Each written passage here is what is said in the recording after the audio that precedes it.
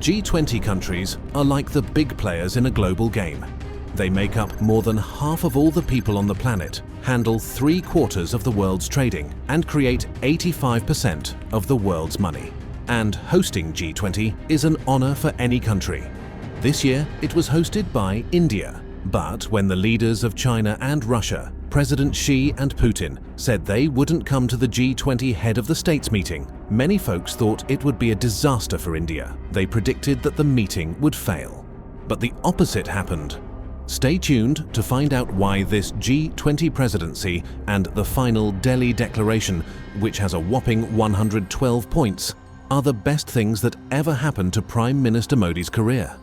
But before we get into all that, don't forget to hit that subscribe button as we first take a quick journey into the history of G20 and how it became such a big deal. So, it all started in 1997 when a massive Asian financial crisis hit countries like South Korea, Indonesia, and Thailand. This crisis was so significant that it didn't stop there. It also affected places such as Hong Kong, Laos, Malaysia, and the Philippines, even had some impact on China, Japan, Singapore, Taiwan, and Vietnam. The value of their currencies started dropping rapidly, unemployment went up, and riots broke out. You see, the world at the time was becoming more interconnected due to globalization. So if one country faced economic trouble, it had ripple effects on others.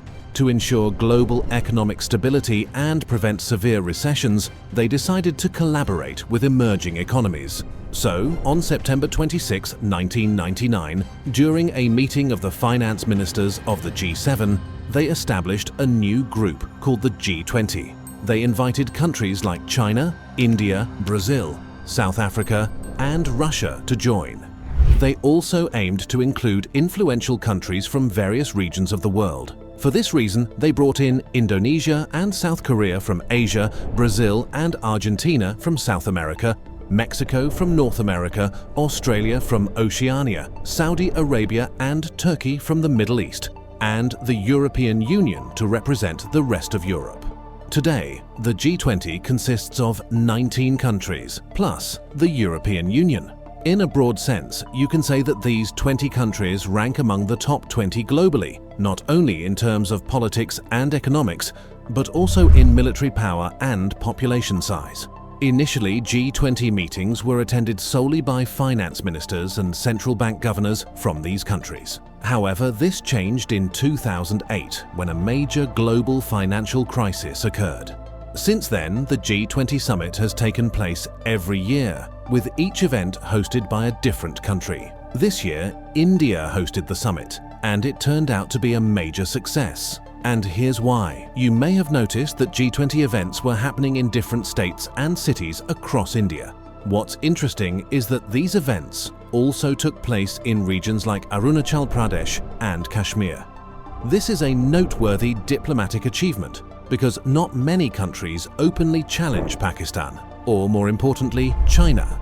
However, leaders from these countries actively participated in the G20 events hosted by India in Kashmir and Arunachal.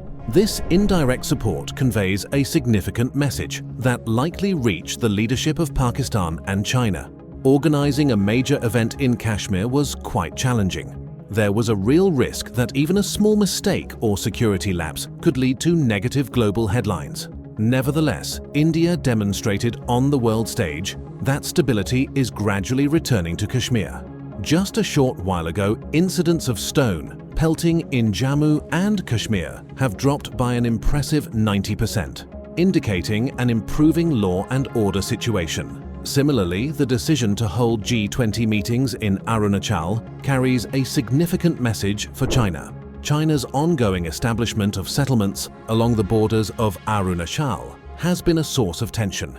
Their recent release of a new map claiming Ladakh and Arunachal as part of their territory only adds to the tension.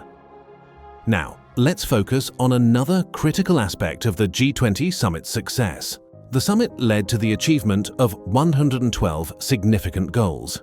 These goals covered essential areas like making more money, protecting the environment, dealing with money problems, getting businesses involved, and making sure that children don't have to work when they should be in school. At the same time, India took the chance to show the world a few important things. India pointed out that the whole world is falling behind.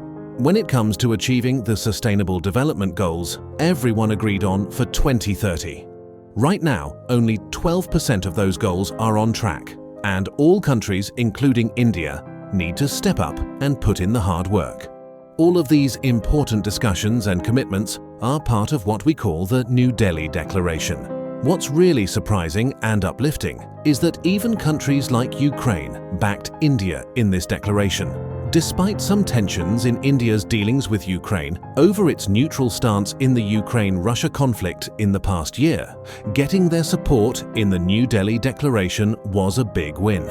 In today's world of international politics and tensions, where there's a possibility of conflict in places like Taiwan and the chance of a new Cold War with China, reaching an agreement on 112 different issues at the G20 is a huge victory for India. This achievement could be seen as a significant step toward India's long-term goal of becoming a permanent member of the United Nations Security Council.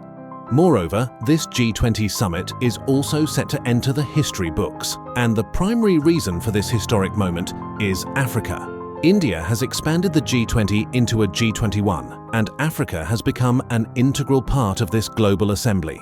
Just as the G7 countries welcomed the developing nations of Asia, India has now embraced the African Union within the G20 fold. This move carries significant weight, but why is it so crucial? The African Union comprises 55 countries, boasting a combined population of 1.3 billion people. Among these nations, you'll find prominent players like Egypt, Ethiopia, and South Africa. Take a moment to pause and reflect on the names of these countries. They hold immense importance. Africa stands out as the world's largest investment opportunity. The continent enjoys a demographic advantage, with an overwhelmingly youthful population. Moreover, Africa is making strides in technology, and Africa also serves as a global treasure trove, rich in agriculture and housing, rare minerals such as diamonds, gold, and lithium. These resources will shape the technologies of the future. Therefore, the warm reception and respect accorded to the African Union at the G20 were monumental victories for India. Lastly, it's worth noting that the G20 summit is also significant because it poses a challenge to China's Belt and Road Initiative. India has introduced a major project called the India-Middle East-Europe Corridor, and this is a big deal. In simple terms, this project is all about finding better and faster ways to move goods and people between India, the Middle East, and Europe.